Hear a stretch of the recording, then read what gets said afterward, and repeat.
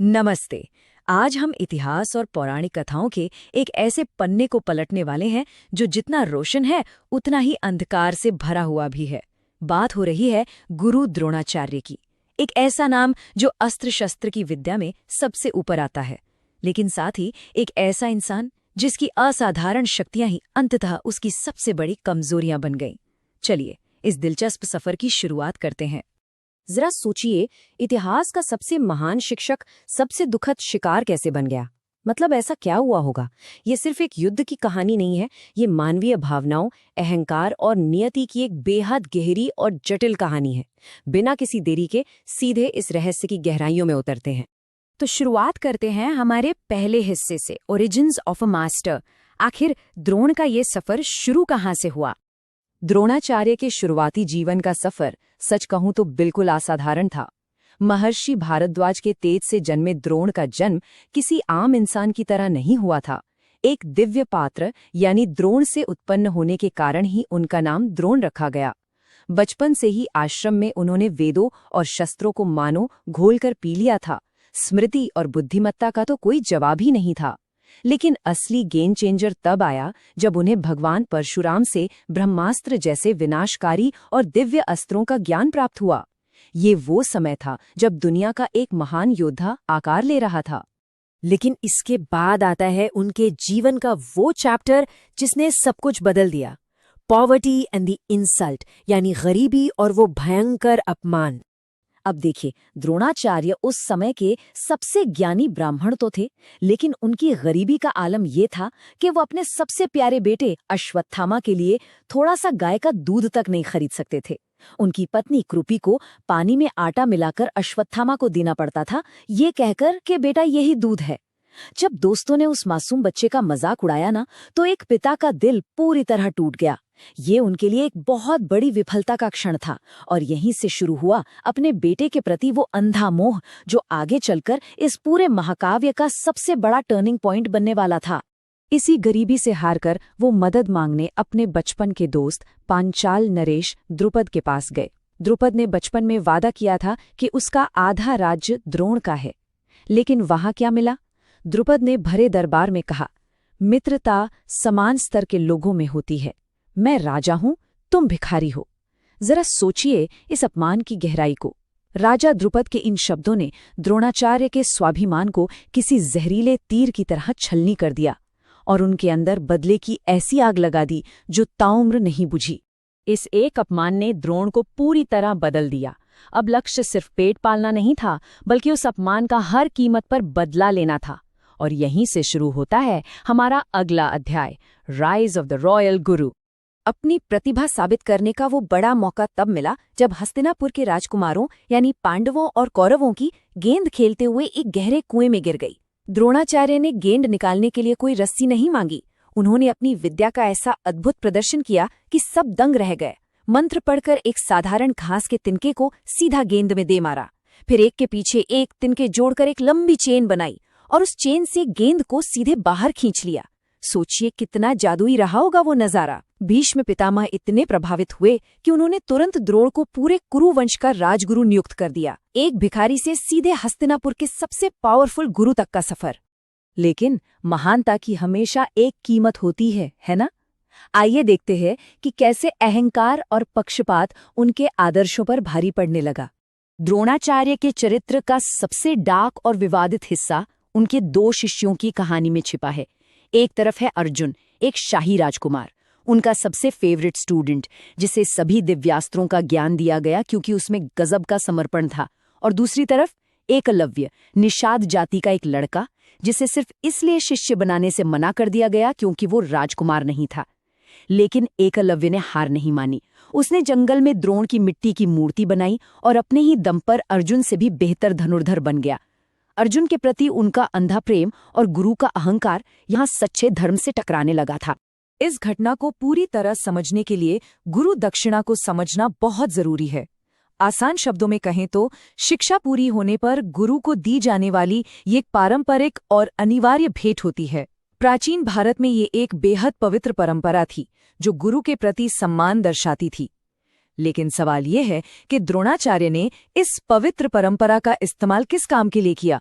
जब द्रोणाचार्य ने देखा कि एकलव्य अर्जुन से बेहतर हो गया है, तो अर्जुन को दुनिया का सर्वश्रेष्ठ धनुर्धर बनाए रखने के लिए उन्होंने क्रूरता की सारी हदें पार कर दी।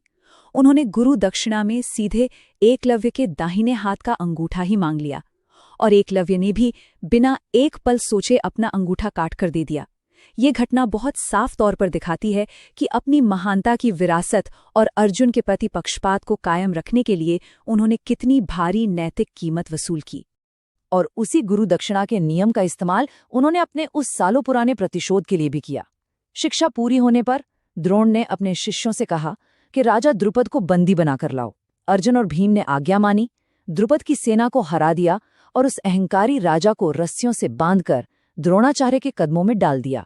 द्रोण ने उसका आधा राज्य छीन लिया, बस ये साबित करने के लिए कि देखो, अब हम दोनों राजा हैं, अब हम बराबर हैं। बदला तो पूरा हो गया, लेकिन उन्हें अंदाजा नहीं था कि इसी जीत के साथ उन्होंने अपने सर्वनाश का बीज भी बो दिया था।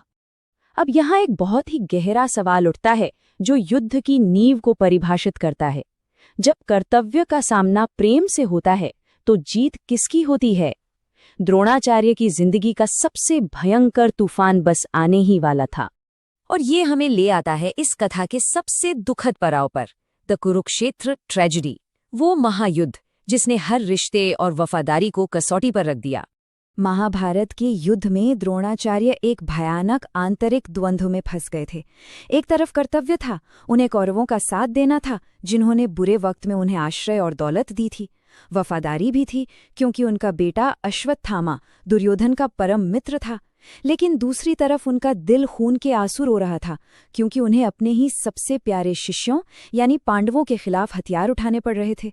और स्थिति तब पूरी तरह हाथ से निकल गई जब भीष्म पितामह के गिरने के बाद द्रोणाचार्य को ही पूरी कौरव सेना का सेनापति बना दिया गया।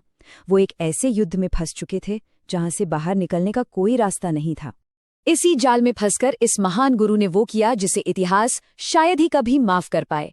सेनापति के रूप में द्रोणाचार्य ने ही उस चक्रव्यूह की रचना की थी, एक ऐसा जटिल व्यूह जिसमें अर्जुन का वीर बेटा अभिमन्यु अकेला फंस गया। वो अच्छी तरह जानते थे कि ये उनके सबसे प्रिय शिष्य का बेटा है, फिर भी युद्ध के सारे नियम ताक पर रखकर कौरव महारथियों ने मिलकर उस निहत्थे बच्चे को बेरहमी से मार डाला। सोचिए, एक गुरु अपने ही सबसे चहेते छात्र के बच्चे की मौत का कारण बन गया। ये ट्रेजेडी सच में रोंगटे खड़े कर देने वाली है। अभिमन्यु की मौत के बाद युद्ध ने और भी भयानक रूप ले लिया। द्रोणाचार्य जब तक हाथ में शस्त्र लिए थे उन्हें हराना नामुमकिन था। इसलिए भगवान कृष्ण ने कूटनीति की एक मास्टरमाइंड चाल चली। उन्होंने द्रोण की उस इकलौती कमजोरी पर वार किया जिसका बीज बचपन की गरीबी में बोया गया था, अपने बेटे के प्रति अंधा मोह। योजना के मुताबिक अश्वत्थामा नाम के एक हाथी को मार दिया गया। और फिर युधिष्ठिर ने, जिसने जिंदगी में कभी झूठ नहीं बोला था, द्रोण के सामने जाकर घोषणा की, अश्वत्थामा मारा गया। युधिष्ठिर ने धीरे से मनुष्य या हाथी भी कहा था, लेकिन कृष्ण ने इतनी जोर से शंख बजाया कि द्रोण वो सच्चाई सुन ही नहीं पाए। युधिष्ठिर की बात पर विश्वास करते ही द्रोणाचार्य का पूरा वजूद ताश के पत्तों की तरह बिखर गया। ये मानकर कि उनका इकलौता सहारा, उनका बेटा, अब इस दुनिया में नहीं रहा, उस अजेय योद्धा का दिल पूरी तरह टूट गया। उन्होंने उसी पल अपने सारे अस्त्र शस्त्र त्याग दिए और रथ पर ही ध्यान की मुद्रा में बैठ गए। और उसी निहत्थे अवस्था में राजा द्रुपद के बेटे धृष्टद्युम्न ने छल से उनका सिर धड़ से अलग कर दिया। दशकों पुराना वो प्रतिशोध जो उन्होंने खुद शुरू किया था, आज कुरुक्षेत्र की मिट्टी में उसी ने उनका अंत कर दिया। द्रोणाचार्य का अंत जितना ट्रैजिक था, उनके पूरे जीवन से मिलने वाली सीख उतनी ही गहरी है। आइए देखते हैं हमारा अंतिम खंड, legacy of a flawed hero. Dronacharya का चरित्र सच में बेहद कॉम्प्लेक्स था। एक तरफ उनकी असाधारण ताकतें थीं, अस्त्र शस्त्र का ऐसा ज्ञान जिसकी कोई बराबरी नहीं कर सकता, एक शिक्षक के रूप में गजब का पैशन और एक मास्टर रणनीतिक दिमाग। लेकिन दूसरी तरफ उनकी जानलेवा कमियां थीं, बदले की वो आग जिसने उन्हें अंदर तक जला दिया, एकलव्य जैसे मामलों में उनका गहरा पक्षपात, और सबसे बढ़कर अपने बेटे के प्रति वो अंधा मोह जिसने अंततः उनकी सोचने समझने की शक्ति ही छीन ली। ये विरोधाभास हमें दिखाता है कि कैसे एक महान इंसान भी मानवीय कमजोरियों के आगे घुटने टेक सकता है। लेकिन इन तमाम भयंकर कमियों और विवादों के बावजूद हम उनके अपार ज्ञान को इग्नोर नहीं कर सकते। क्या आपको पता है कि आज भी मॉडर्न इंडिया में स्पोर्ट्स कोचेस को दिया जाने वाला सबसे बड़ा सम्मान द्रोणाचार्य पुरस्कार ही है? बिल्कुल। हजारों साल बाद भी जब गुरु शिष्य परंपरा और एक अल्टीमेट टीचर की बात आती है तो दुनिया द्रोणाचार्य को ही याद करती है। उनकी ये विरासत समय की कसौटी पर खरी उतरी है। तो इस पूरे सफर के बाद एक बहुत ही गहरा सवाल हमारे सामने आता है, क्या दुनिया का कोई भी गुरु वास्तव में महानता हासिल कर सकता है यदि वो अपनी ही मानवीय कमजोरियों पर विजय प्राप्त ना कर सके? द्रोणाचार्य की कहानी हमें यही सोचने पर मजबूर करती है कि हमारी कमजोरियां ही अंततः हमारी नियति तय करती हैं। आज के इस एक्सप्लेनर में बस इतना ही। उम्मीद है आपको ये कहानी एक नए नजरिए से देखने को मिली होगी। हम जल्द ही मिलेंगे एक नए और दिलचस्प विषय के साथ।